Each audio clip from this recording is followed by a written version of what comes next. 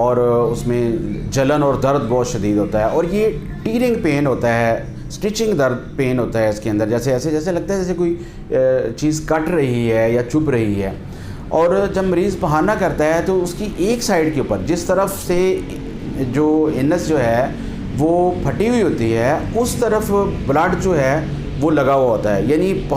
خون کی ایک لائن سی لگ جاتی ہے جب مریض بہانہ کرتا ہے۔ تو ناظرین، اب ہم بات کرتے ہیں کہ اس سے ہم کس طرح بچ سکتے ہیں، انل فشر سے کیسے جو ہے وہ بچا جا سکتا ہے۔ تو سب سے پہلی بات تو یہ ہے کہ آپ پانی زیادہ پئیں، اور بار بار جو ہے پانی پئیں، مکد کو صاف کریں صابن کے ساتھ، اس میں انفیکشن نہیں ہونی چاہیے، آپ کو قبض نہیں ہونی چاہیے۔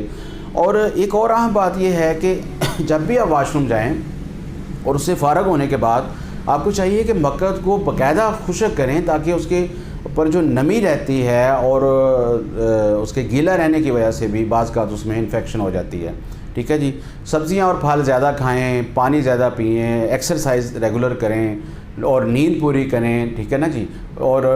اس طرح کر کے جو ہے آپ کافی حد تک جو ہے اس مرض سے بچ سکتے ہیں۔ اب ہم بات کرتے ہیں کہ ہومیوپیتھی میں اس کا علاج کیسے کیا جاتا ہے۔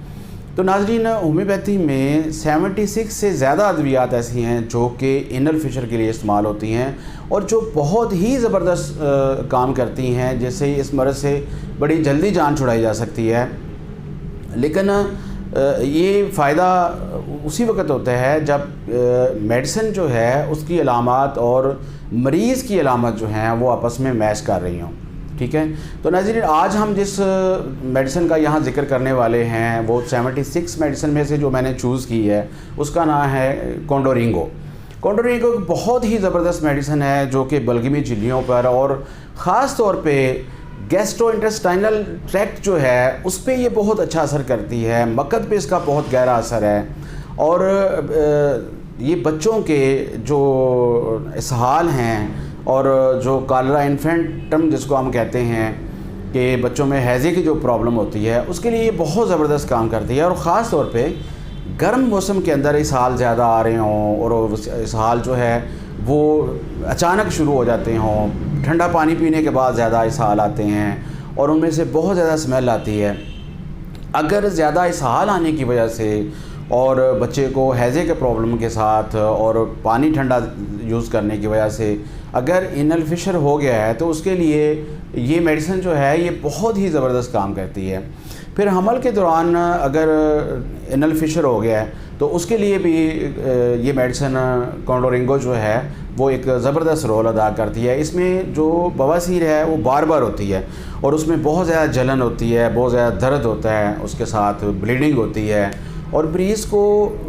مکد کے اندر جو ہے وہ کھنچاؤ اور تشنج فیل ہوتا ہے، بہت شدید اس میں درد ہوتا ہے، چبھنے والا درد ہوتا ہے، اور مکد سے جو ہے وہ بدبودار رطوبت خارج ہوتی ہے اور گاڑھی اور بدبودار رطوبت جو ہے وہ خارج ہوتی ہے۔ بواسیر کی ایک زبردست جو ہے نا وہ میڈیسن ہے، خاص طور پہ جو پریگنینسی کے دوران اگر ایسا ہوا ہو تو بہت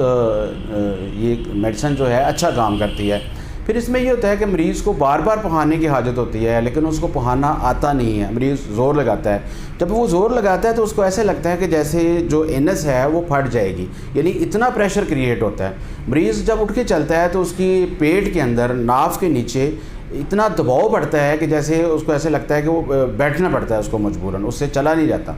تو ناظرین، یہ ہیں اس میڈیسن کی کچھ علامات۔ آج کی اس ویڈیو میں ہم نے ڈسکس کیا ہے کہ انل فشر کیا ہوتا ہے، اس کی وجوہات کیا ہوتی ہیں، اس کی علامات کیا ہوتی ہیں، اور آخر میں 76 میڈیسن سے میں نے ایک میڈیسن کا یہاں ذکر کیا ہے جو کہ اس کی علامات کے لیے استعمال ہوتی ہے۔ تو ناظرین، جب بھی آپ کو کوئی پرابلم ہو تو آپ کو یہ چاہیے کہ آپ کسی اچھے ڈاکٹر سے چیک کروائیں، اور یہ جو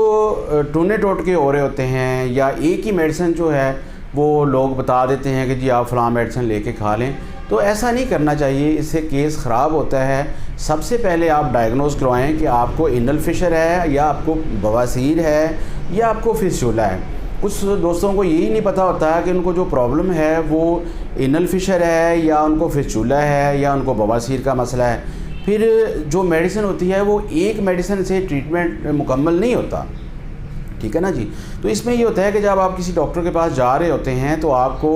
وہ میڈیسن ڈاکٹر جو ہے وہ گاہے بگاہے چینج کرتے رہتے ہیں، جیسے جیسے سمپٹم چینج ہوتے ہیں اس کے ساتھ ساتھ میڈیسن بھی چینج ہوتی ہیں، ٹھیک ہے نا جی۔ تو ٹریٹمنٹ جو ہے وہ ایک اچھا ڈاکٹر ہی کر سکتا ہے۔ ہم آپ کو صرف رہنمائی دیتے ہیں